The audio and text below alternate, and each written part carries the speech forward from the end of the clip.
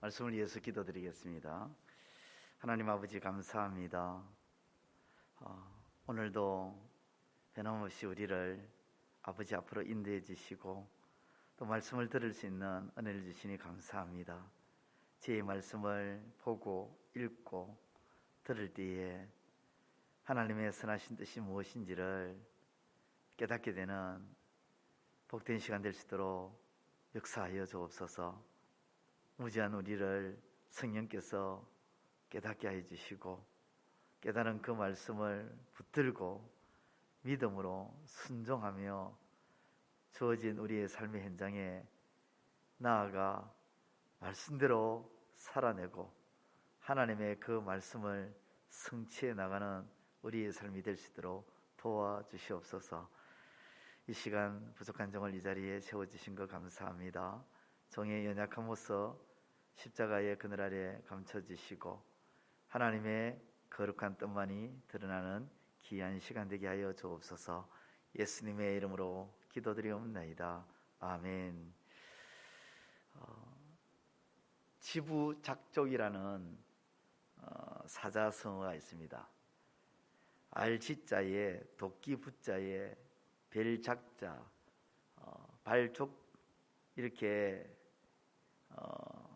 되어 있는 지부작족, 이걸 직역하면 믿는 도끼에 발등 찍힌다라는 말입니다. 이 말은 잘 되리라고 생각한 일이 어긋나거나 믿고 있던 사람에게 배반을 당하거나 사기를 당하여 오히려 해를 입는 것을 비유적으로 말하는 것입니다. 발등에 도끼가 찍히면 안 아픈 사람 없습니다. 그렇죠? 죽은 사람이야 안 아프겠지만 산 사람은 누구나 발등에 도끼가 찍히면 다 아프고 고통스럽고 눈물이 납니다. 그런데 오늘 본문 사무엘상 8장에 보면 그러한 장면이 이 8장에 고스란히 담겨 있습니다. 하나님께서는 믿는 도끼에 발등 찍히는 식으로 이스라엘로 인해서 마음 아파하십니다. 왜냐하면 7장에서 하나님은 이스라엘 백성들을 전폭적으로 도와주셨습니다. 하나님의 도움으로 인해 블레셋은 이스라엘에게 굴복하지 않을 수가 없었고 사무엘이 사는 동안 블레셋 사람을 막아주시고 블레셋 사람에게 빼앗긴 것을 도로 찾는 회복이 있었으며 이스라엘과 아모리 사람 사이에 평화가 있었습니다. 하나님의 도움으로 인해서 이스라엘은 평화롭게 무탈하게 주변의 공격도 없이 지내게 되었습니다. 참 행복한 그런 나날들을 이스라엘은 보내었다 해도 과언이 아닌 거죠. 그런데 그런 이스라엘이 좀 살만하니까 하나님을 어떻게 합니까? 하나님을 버립니다. 하나님의 통치를 거부하고 하나님의 다스림을 거절하는 것입니다. 하나님을 왕으로 삼지 않으려고 합니다. 오늘 8장 6절에 보면 여호와께서 사무엘에게 이르시되 백성이 네게 한 말을 다 들으라. 이는 그들이 너를 버림이 아니요 나를 버려 자기들의 왕이 되지 못하게 함이니라. 여호와께서 사무엘에게 이르시되 나를 버려 자기들의 왕이 되지 못하게 함이니라. 이 말씀을 하실 때 하나님 아버지의 마음, 하나님의 심정은 어땠을까요?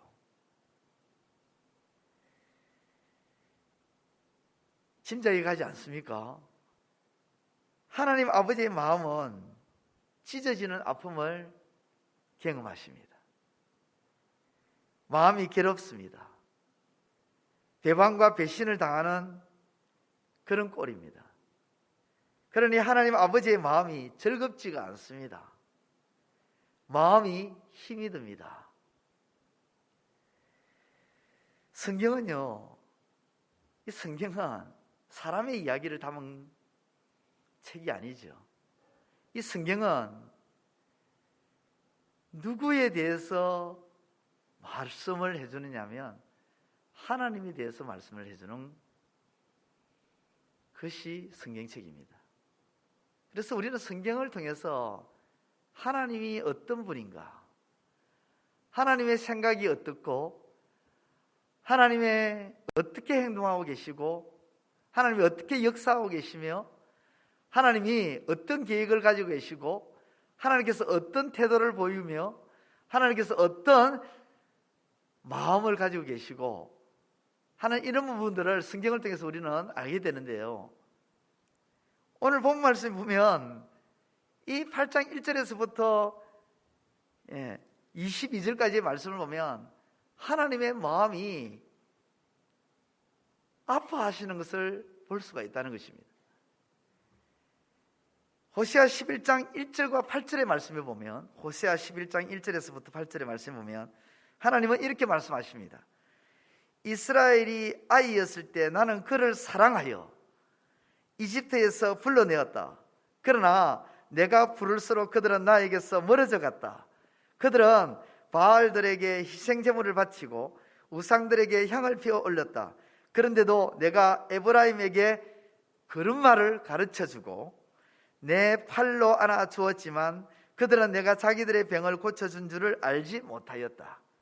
나는 인정의 끈으로 사랑의 줄로 그들을 끌어당겼으며 젖먹이처럼 들어올려 볼을 비비고 몸을 굽혀 먹여주었다. 그러나 그들은 이집트 땅으로 돌아가고 아시리아가 바로 그들의 임금이 되리니 그들이 나에게 돌아오기를 마다하였기 때문이다.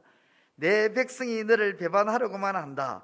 에브라임아, 내가 어찌 너를 내버리겠느냐? 이스라엘아, 내가 어찌 너를 저버리겠느냐? 내가 어찌 너를 아드마처럼 내버리겠느냐? 내가 어찌 너를 스보인처럼 만들겠느냐? 내 마음이 미어지고 연민이 북받쳐 오른다. 이 말씀이 호세아 11장 1절에서부터 8절에 있는 말씀이에요. 그런데 이 말씀을 개정으로 읽어드린 것이 아니라 새 번역으로 읽어드린 겁니다. 하나님은 이스라엘을 사랑하여 구원해 주셨는데 그들은 하나님께서 멀어져 간다는 것입니다. 그럼에도 불구하고 하나님은 그 이스라엘을 외면하지 아니하시고 그런 말을 가르치고 팔로 안아주고 인정과 사랑으로 끌어주고 젖먹이처럼 들어 올려서 하나님께서 어떻게 하셨다고요? 볼을 비비며 몸을 굽혀 먹여줬는데 어떻게 했다고요? 배반하더라는 것입니다.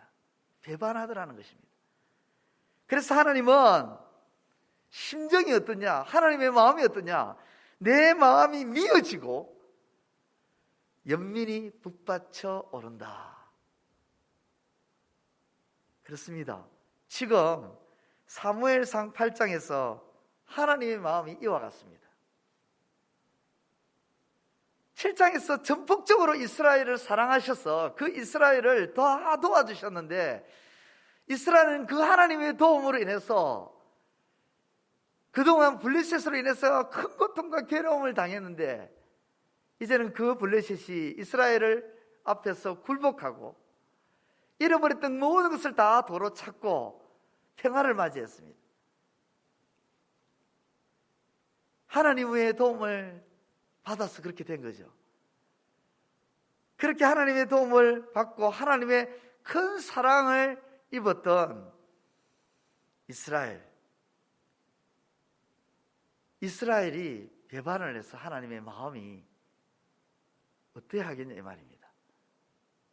미어지고 북받쳐 오르는 것입니다. 이스라엘을 사랑하는 마음, 볼을 비비고 몸을 굽혀 먹여줄 만큼 사랑하는데 이스라엘이 하나님을 배반하려고 하니 마음이 미어지고 연민이 북받치는 것입니다. 자신을 배신하려는 이스라엘을 보니 마음이 너무 아픈 것입니다. 그런데도 하나님은요, 이스라엘이 요구하는 왕, 사람의 왕을 세우도록 어떻게 하십니까? 허락하십니다.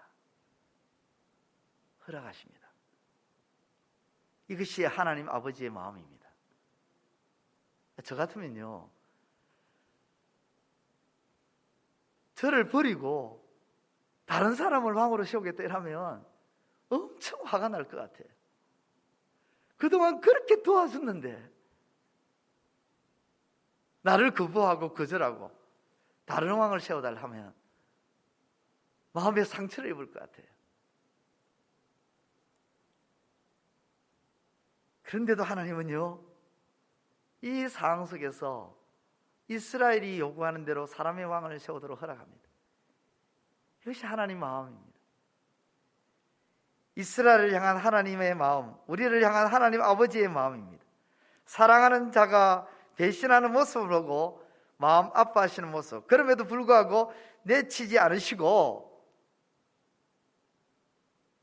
허락해 주시는 모습, 이것이 하나님 아버지의 마음이에요.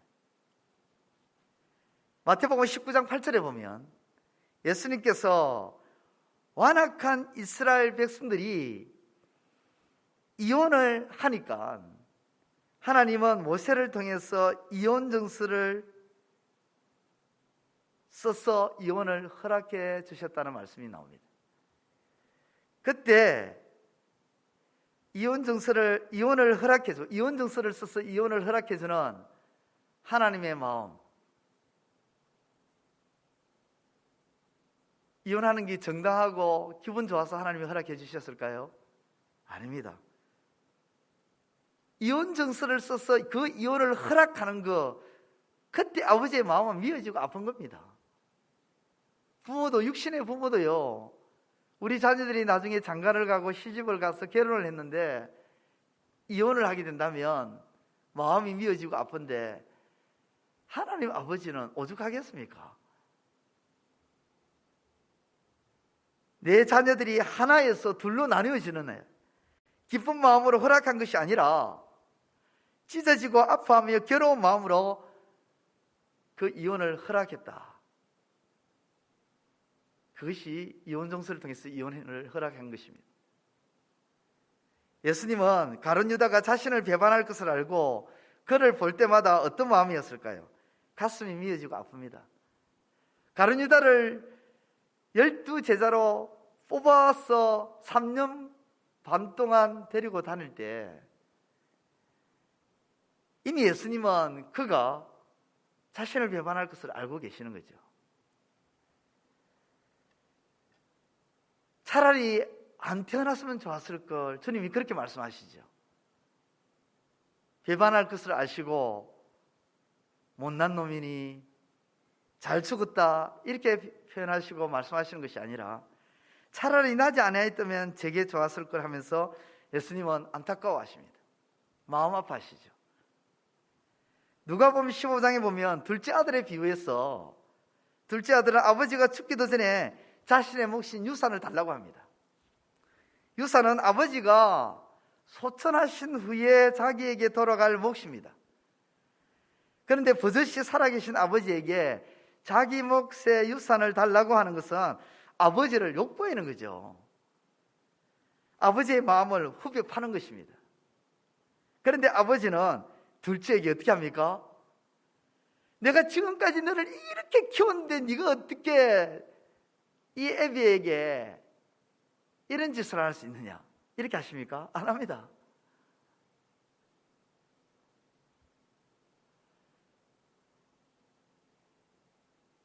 아버지는 둘째에게 유산의 몫을 줘버립니다. 이것이 아버지의 마음이에요. 당신 자신의 마음을 아프게 하는 자녀이지만 그 마음을 후벼 파는 그런 자녀이지만 그래도 뭐라고요? 자녀라는 것입니다.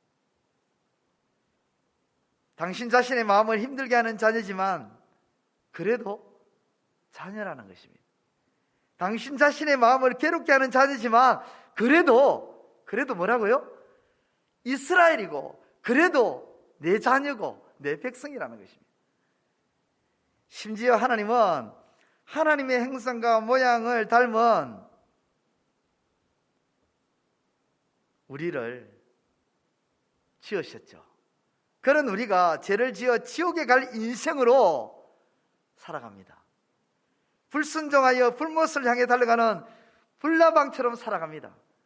하나님의 진노를 받아야 마땅한 자인데도 불구하고 그런 우리를 향해 마음 아파하시고 마음이 미어져서 하나밖에 없는 소중한 예수 그리스도를 우리에게 보내주셨습니다.